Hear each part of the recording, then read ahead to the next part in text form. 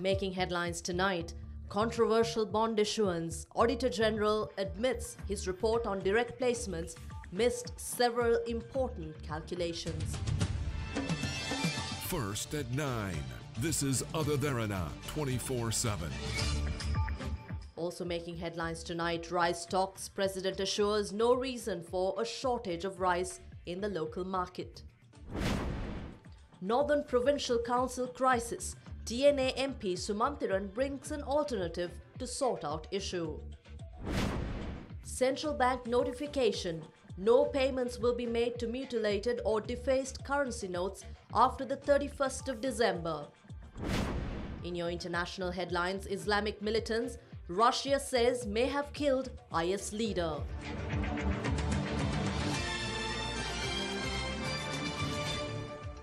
Good evening and a warm welcome to your primetime news at 9. I'm Indivri Amwatha. We start off with the developments of the probe into the controversial central bank bond issuance.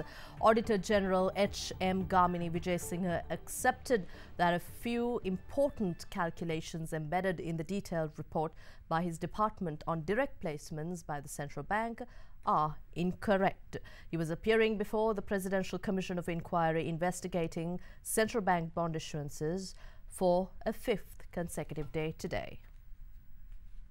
Auditor General H.M. Gamini Vijayasinghe was cross-examined by Attorney at Law Chanaka De Silva, representing former Governor of the Central Bank Arjuna Mahendran. De Silva brought the Commission's attention to the detailed report on direct placement by the Auditor General related to the auction on the 29th of March 2016, requested by then Minister of Finance Ravi Karnanayaka. Attorney at Law Chanaka De Silva explained to the Commission that 40 billion rupees were required by the said auction, but 77 billion rupees were accepted, a percentage increase of 190%. However, the Auditor General's report states the percentage increase to be 329%. The Auditor General accepted that there are miscalculations related to three important data upon which the report was based. He explained that the error had occurred because an amount of 10 billion rupees had been considered to be 5 billion rupees in their calculations. Attorney at Law Chanaka De Silva pointed out to the Commission that COPE had also drawn conclusions based on these reports. Replying to further inquiry, the Attorney General said he takes responsibility for the mistakes pointed out at the Commission. The Presidential Commission will reconvene at 10 a.m. on Monday.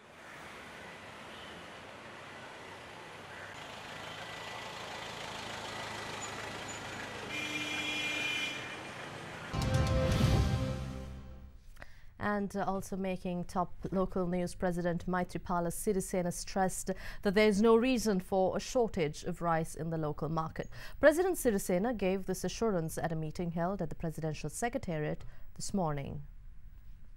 President Maithripala Sirisena summoned relevant officials to this morning's meeting after speculation about a shortage of rice in the market. The President's media unit said that the President asked for the details of available rice stocks and instructed the Trade Ministry to maintain and supervise all rice stores properly. He also instructed officials to apprehend merchants who sell rice above the controlled price. Importation of rice by the private sector was also discussed at today's meeting. And Prime Minister Ranil Wickremesinghe says he had requested the central bank to provide 2 billion rupees for the economic development of disaster-hit areas. He made these comments at a media briefing held at the Kottapulla Divisional Secretariat today. Prime Minister Ranil Wickremesinghe made an observation tour at Dudley Senanayake College in Pittabadara, which was damaged following the recent severe flooding in the area. The Prime Minister also met with the business community of Morawaka who were affected by the disaster. He then made an observation tour of the Pathporupitiya bridge, which was damaged by the floods. The Premier also met with officials of the Kottapulla Divisional Secretariat to discuss issues faced by the affected in the area following the disaster. The Treasury needed 15 to 20 billion rupees for rebuilding of houses and to provide compensation. We have managed to secure that amount. We have also decided to develop the economy of these areas. I asked the central bank to give us 2 billion rupees for these areas where there are people who have taken bank loans and need to pay them back.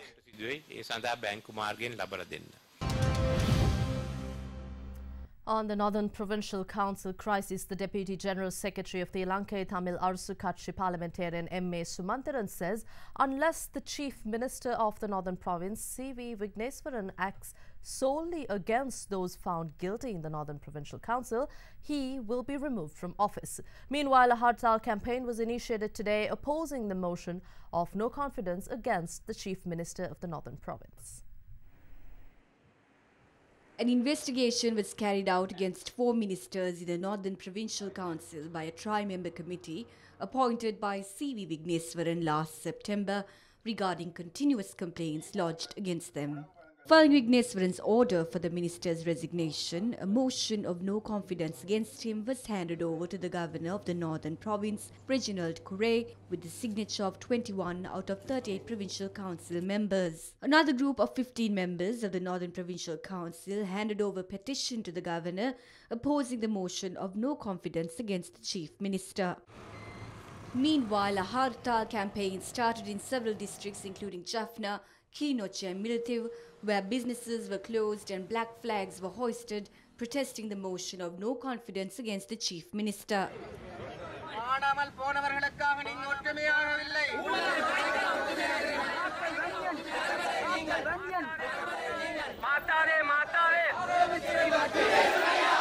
People also gathered in front of the Chief Minister's residence to voice their opposition to the motion of no confidence against him. As per the report, I have 2 options. One is to protect them and the other is to punish them. Either way, they will turn it to their advantage. They filed a no confidence motion when I punished those who are wrong. Therefore, I'm not worried about the motion. There were serious allegations of fraud and corruption against one particular minister. The Chief Minister constituted an inquiry panel of his own and asked all 4 ministers to face inquiries, which they did. After delaying this for a long time, the Chief Minister tried to remove all 4, by which he tried to minimize or dilute the findings of guilt against that one minister who was his close confidant. It is against that act that the members of ITAK have acted and given a motion of no confidence. If the Chief Minister will change his ways and act only against those found guilty, then our members will reconsider their position. If not, the Chief Minister will be removed from his office. The Department of Government Information in a communique clarified the statement made by Cabinet co-spokesperson Dr. Rajitha Senaratne on the 14th of this month regarding the employment of 1,250 staff to Sri Lankan Airlines, the national carrier. Director General of the Information Department, Dr. Ranga Kalansurya, said that the statement given by Dr. Rajitha Senaratne regarding the matter was misinterpreted by the media and must therefore be clarified.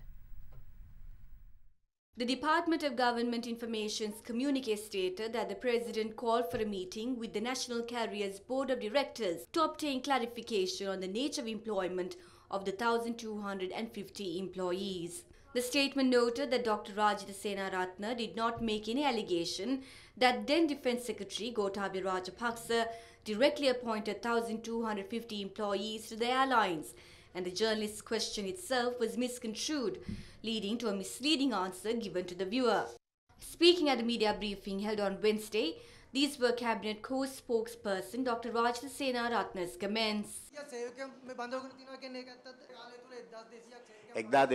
පත් කරගෙන පත් කරලා තියෙනවා කිව්වා ඇමතිතුමාගේ කිසිම අවබෝධයක්වත් දන්නේ නැතුව ඒගොල්ලන්ට ඕන විදියට. ඒ විතර නේ තාම ගෝඨාභය රාජපක්ෂගේ පත්වීම ඔක්කොම ඉන්නේ. ගුවන් සේවකයෝ සහ සේවිකාවෝ මට දනවලා දුන්නේ ඔක්කොම. ඊයේ ඒ පිළිබඳව මේ සරත් ෆොන්සේකා ඇමතිතුමාත් ඔක්කොම පෙන්නුවා මේ පත් කරලා තියෙන හමුදාවේ මේගොල්ලෝ ඒගොල්ලන්ට ඕන විදියට තමයි ශ්‍රී ලංකන් ගුවන් සේවය දැන් දුවන්නේ. Meanwhile, Sri Lankan Airlines released a statement today highlighting that the 1,250 appointments in question were made under the current board of directors with the sole aim of replacing those who left the organization between the period from 2015 to 2017. Sri Lankan statement added that the net inflow or total new positions of the company from January 2015 to May 2017 was 126 out of a total of 7,029 currently employed at the airline. This number includes management trainees, cadet pilots airport service delivery, and additional security personnel recruited due to the increased number of flights and the statutory requirements stipulated by the Civil Aviation Authority to enhance airside security for catering. Sri Lankan added that the airline's fleet has increased from 19 aircraft on the 31st of January 2015 to 24 aircraft on the 31st of May 2017, which is an increase of 26%, while the capacity increased by 19%. Comparatively, the increase in cargo was less than 2%. Furthermore, the statement added that all appointments were made in consultation with the Minister of Public Enterprise, the details pertaining to which were sent to the ministry prior to making the appointments.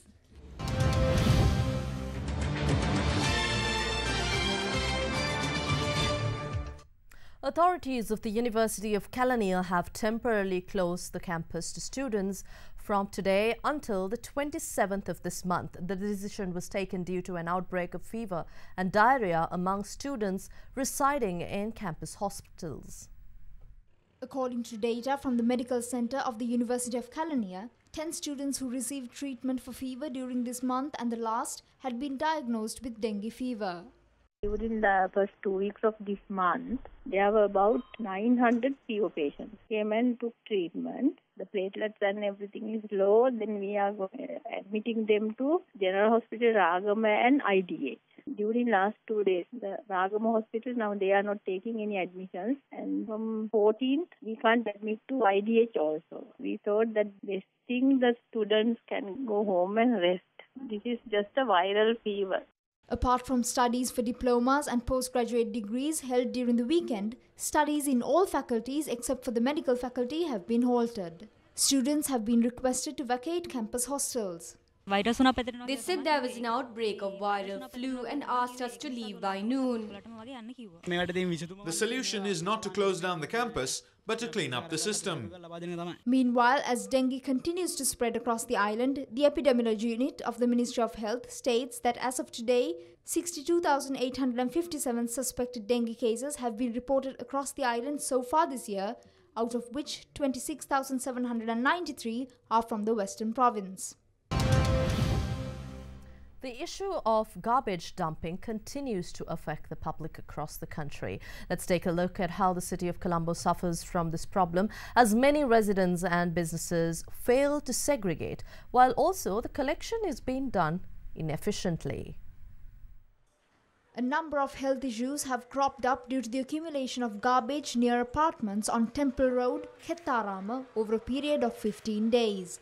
Although municipal council officials took steps to remove the garbage today, maggots from the garbage dump have spread to the pumping station supplying water to the apartments. This is what we have been drinking all along. This was the state of the roads surrounding the Kettarama Cricket Stadium.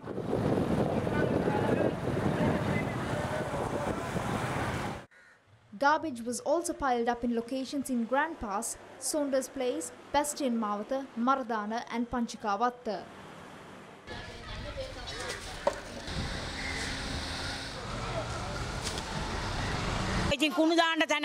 There is no place for us to dispose of garbage and neither is garbage collected. All we can do is dump it on the road. Speaking to Derana, Commissioner of the Colombo Municipal Council V.K. Anura said the CMC along with the army and the police will be on the lookout for unsystematic disposal of garbage. The disposal of garbage should be done systematically, separating decomposable and non-decomposable waste. But some people who don't want to sort their waste dump garbage on various streets in Colombo. We see that this is perpetrated by some groups in an organized manner. The CMC will take stern action against the illegal dumping of garbage. මේ කසල දැමීමට විරුද්ධව කොළඹ මහනගර සභාව දැඩි පියවර ගැනීමට කටයුතු කරනවා. Meanwhile, Minister of Megapolis Partli Champika Ranamaka and Minister of Provincial Councils and Local Government Faiza Mustafa also addressed the issue. The ownership of waste falls to local government bodies. When someone else tries to act on the garbage issue, they claim it is their garbage. Chief ministers of provincial councils claim it is their responsibility, but no one holds any fixed lawful responsibility. I advise all commissioners and secretaries to resign if they can't carry out their duty properly. The payments made for the collection of garbage are astounding. And on Manusat Derana, your generous donations made to Manusat Derana for the children affected by the recent adverse weather were distributed to thousands of students in the Matara district today. Let's take a look at that now. Packs of stationery, which include all the necessities, were handed over to students in 5 educational divisions of Matara and Kamburupitiya.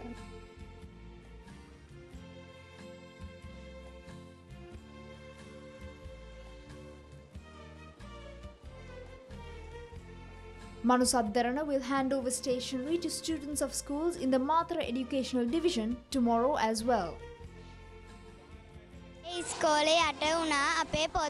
Our school was inundated. We lost our books to the floods. We are grateful for this campaign.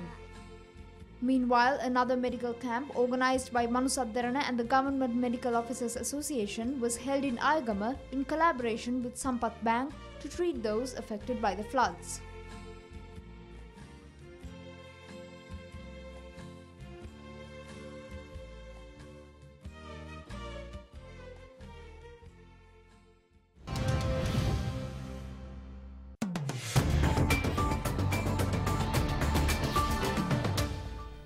Taking a look at your business stories. In a notice to the public, the Central Bank of Sri Lanka announced that it will not make any payments to mutilated, altered or defaced currency notes as of the 31st of December 2017. The central bank added that mutilation, alteration or defacement of currency notes is an offence under the Monetary Law Act number 58 of 1949 and is punishable by imprisonment, a fine or both, and no claim in respect to willfully mutilated or altered notes shall be entertained. Such notes shall be retained by the central bank, and the public is hereby advised to refrain from such practices. The central bank requested the public to exchange mutilated notes with branches of licensed commercial banks. Still in business news, the Department of Census and Statistics announced that the economic growth rate for the first quarter of 2017 has been estimated at 3.8%, which is a 1.5% decrease compared to 2016. The contribution to the first quarter's GDP at current price from services was 52.3%, while industry contributed 30.8% and agriculture 7%. The highest growth rate of 6.3% was reported from the industrial sector, while services grew at 3.5%. Amidst unfavorable weather conditions, agriculture contracted further and reported a negative growth rate of 3.2%. And the Colombo stocks ended the week on an optimistic note, with the benchmark all-share price index gaining 24 points to close at 6,718, while the S&P SL20 index gained about 16 points to end the week at 3,916. Market turnover was 966 million rupees, just over half of which was attributed to foreign investors who were net buyers of 63 million rupees. We have Imeshu Fernando with the market update. Top 5 gainers of the day were Hikkadu Beach Resort, JL Morrison Non-Voting, Kalpiti Beach Resort, Vaskadu Beach Resort and Citrus Leisure, while the top 5 losers were Blue Diamonds, Non-Voting, Ceylon Printers, Trade Finance and Investments, York Arcade and Namanukula Plantation. Let's take a look at the weekly market update now. ASPI recorded a gain of 0.8% and S&P SL20 recorded a gain of 2% for the week, mainly due to price gains in blue chip counters such as John Keel's Holdings, Commercial Bank and Hemas Holdings. Meanwhile, the average daily turnover was up from last week to 1.1 billion rupees. Diversified sector recorded the highest sector turnover during the week, whilst the second highest was seen in the banks, finance and insurance sector. Furthermore, total foreign purchases boost the weekly turnover, where foreign purchases accounted for 51% of the total weekly turnover. Foreigners closed as net buyers for the week, creating a net foreign inflow of 482 million rupees. This resulted total year-to-date net foreign inflow at the end of the week to close at 20.1 billion rupees. Out of the weekly turnover, block trades accounted for 42%, which was higher than last week. Let's quickly take a look at how the Sri Lankan rupee traded against other major currencies during the day.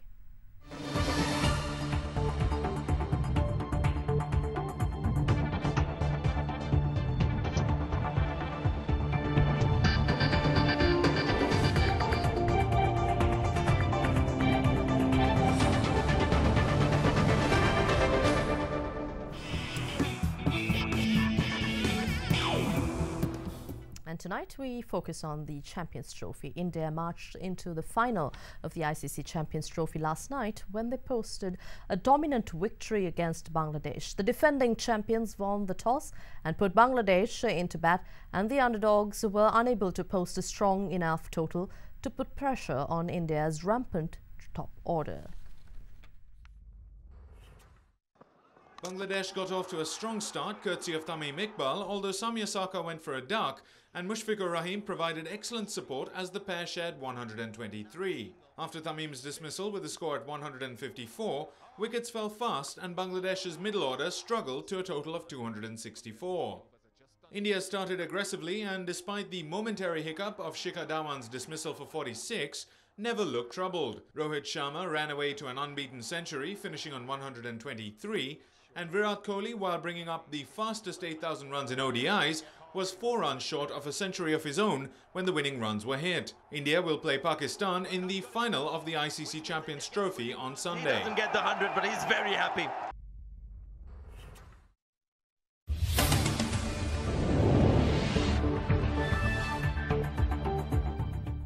In your top international story, Russia's defense ministry is investigating whether one of its airstrikes in the northern Syrian area killed the leader of the so-called Islamic State group, Abu Bakr al-Baghdadi. The ministry said that an airstrike last month may have killed the IS leader and up to 300 fighters. Russia's foreign minister, Sergei Lavrov, however, stated that Baghdad's death was not fully confirmed, adding that the killing of a leader does not mean victory over an organization. Russia's defense ministry said the raid on the 28th of May had targeted a meeting of the IS military council in the group's de facto capital Raqqa in northern Syria. Russia's TASS news agency cited the ministry as saying, quote, according to information which is being verified via different channels, the meeting was also attended by IS leader Ibrahim Abu Bakr al-Baghdadi, who was eliminated in the strike, unquote. According to the ministry, the strike is believed to have killed several other senior leaders of the group, as well as around 30 field commanders and up to 300 of their personal guards. The US-led coalition fighting IS said it could not confirm the Russian report that Baghdadi may have been killed. And on the tragic fire reported from London, firefighters continued to spray the Grenfell Tower in West London this morning. UK media reported that up to 76 are still missing and feared dead in the blaze. The latest death toll issued by London Metropolitan Police is 30, but that figure is expected to rise. Smoke continued to rise from the charred structure today, and UK Prime Minister Theresa May today promised a public inquiry into the fire's cause.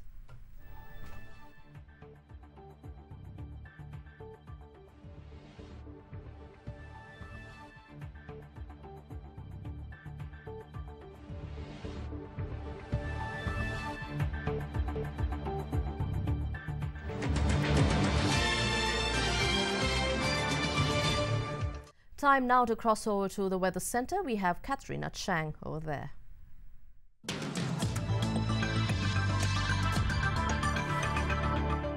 A very good evening and welcome to the weather center. Now, Colombo experienced wet weather during the course of the day today, and the gloomy weather is expected to continue in the southwest part of the country over the next 24 hours. Now, the same weather pattern may also be experienced in areas of the western, Sub-Ragamo central, southern and northwestern provinces. Fairly heavy rainfalls of about 100 millimeters can also be expected in the Colombo, Kalutara, Ratnapura, Galle and Mathura districts. Let's now take a quick look at the city-by-city forecast.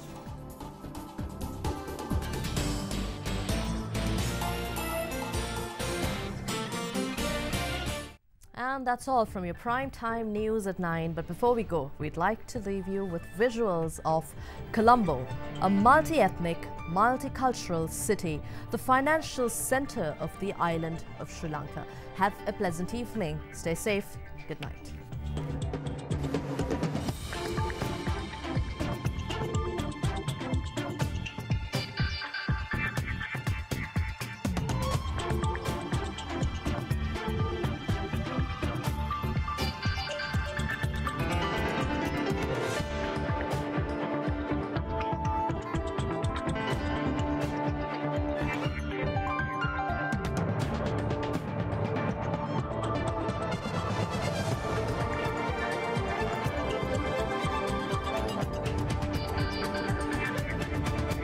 Bringing you the news and information 24 hours a day. This is Sri Lanka's premier news channel, Derana 24/7.